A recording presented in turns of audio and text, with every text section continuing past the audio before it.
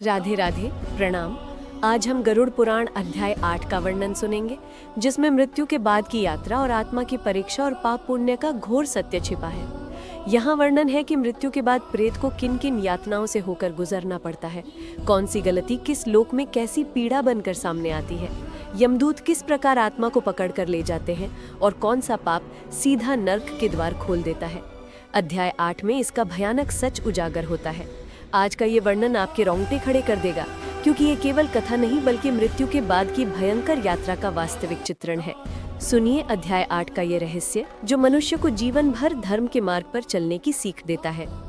मृत्यु एक ऐसा क्षण जिसे मनुष्य जन्म से लेकर अंतिम सांस तक टालने का प्रयास करता है, पर गरुड़ पुराण कहता है जो जन्मा है वो अवश्य मरेगा, और जो मरेगा वो अपने कर्मों का फल पाकर ही रहेगा। अध्याय 8 में वर्णित है कि जब किसी मनुष्य की अंतिम घड़ी आती है तो संसार की सारी इच्छाएं, मोह, लालच और स्मृतियां एक एक कर टूटने लगती हैं। शरीर धीरे धीरे शिथिल होता है, सांसें रुकने लगती हैं और उसी क्षण आत्मा शरीर से अलग होने की तैयारी करती है। जैसे ही प्राण शरीर से बाहर निकलते हैं, एक तीव्र प्रकाश दिखाई देता है। एक गहरी सिहरन पूरे शरीर में दौड़ जाती है और मनुष्य अपने ही शरीर को निर्जीव रूप में पड़े हुए देख लेता है। गरुड़ पुराण कहता है, आत्मा शरीर से निकलते ही पहले मुंह देखती है, फिर सत्य को। ये पहला क्षण ही आत्मा को भय और पश्चाताप से भर देता है, क्योंकि उसे समझ आता है कि ये संसार, ये धन, ये रिश्ते सब यहीं छूट गए। साथ में यदि कुछ जाता है तो वे हैं कर्म। जैसे ही मृत्यु होती है, तुरंत यमदूत वहां उपस्थित हो जाते हैं। उनका वर्णन गरुड़ पुराण में अत्यंत भयानक बताया गया है। काले जैसे घने बादल, लाल अग्नि जैसे नेत्र, तेज दाढ़ें और हाथों में लोहित रस्सियां। पापी को देखते ही वे कठोर स्वर में कहते हैं, चल, तेरे कर्म तुझे पुकार रहे हैं, और आत्मा भय से कांपने लगती है। परंतु जिसने जीवन में सत्कर्म किए हों, दान किया हो, भक्ति की हो, उसके लिए यमदूत कोमल स्वर में कहते हैं, डर मत, तुझे अपने फल की ओर ले जा रहे हैं। यहीं से प्रारंभ होती है पहली यात्रा, मृत्यु लोक से यमलोक की ओर। आत्मा अपने शरीर की चिता सजते हुए देखती है, अपने रिश्तेदारों को रोते हुए देखती है, पर चाहकर भी कुछ नहीं कर पाती। ये यात्रा 48 मिनट तक रहती है, जिसे चैतन्य अवस्था कहा गया है। इसमें आत्मा पूरी तरह अपने परिवार और शरीर को देखती है, लेकिन छू नहीं पाती। फिर प्रारंभ होता है अग्नि मार्ग, एक लंबा, सुनसान, भयावह मार्ग। ये रास्ता आत्मा को पाप और पुण्य के अनुसार अलग अलग रूप में दिखाई देता है। पुण्यात्मा को ये शीतल, सुगंधित और सुंदर मार्ग लगता है, पर पापी को ये अग्नि से भरा, नुकीले पत्थरों से युक्त अंधकारमय दिखाई देता है।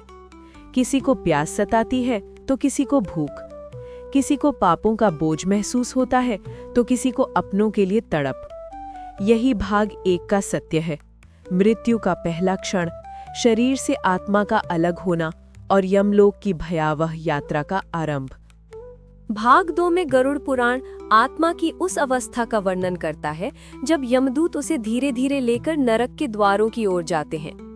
जैसे ही आत्मा मृत्युलोक से दूर होती है, दुनिया के सारे भ्रम मिटने लगते हैं। अब आत्मा अपने पाप पुण्य को स्पष्ट रूप से देखने लगती है। आत्मा यमदूतों से पूछती है, मुझे कहाँ ले जा रहे हो? यमदूत कठोर स्वर में उत्तर देते हैं, वहीं जहाँ जाने योग्य कर्म तूने किए हैं।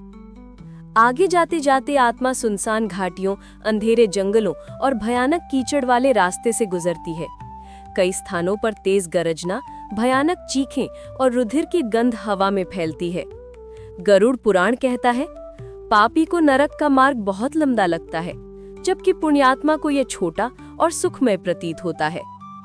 यमलोक के समीप पहुंचते ही आत्मा को 7 भयंकर द्वार दिखाई देते हैं। हर द्वार पर अलग अलग यमदूत पहरा देते हैं। उनके हाथों में त्रिशूल, खड्ग, अग्निदंड और लोहित चाबुक होते हैं। पाप के अनुसार इन द्वारों से आत्मा को ले जाया जाता है। हर द्वार पर एक पाप परीक्षा होती है, जहां आत्मा को अपने किए कर्मों का प्रत्यक्ष दर्शन कराया जाता है।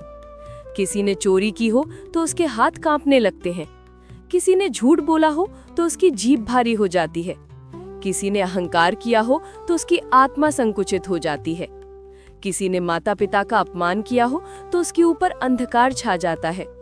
जो लोग लालच, व्यभिचार, क्रोध, हिंसा, नशा या अधर्म में लिप्त होते हैं, उन्हें द्वार पार करने से पहले अपने ही पापों का भार सहना पड़ता है।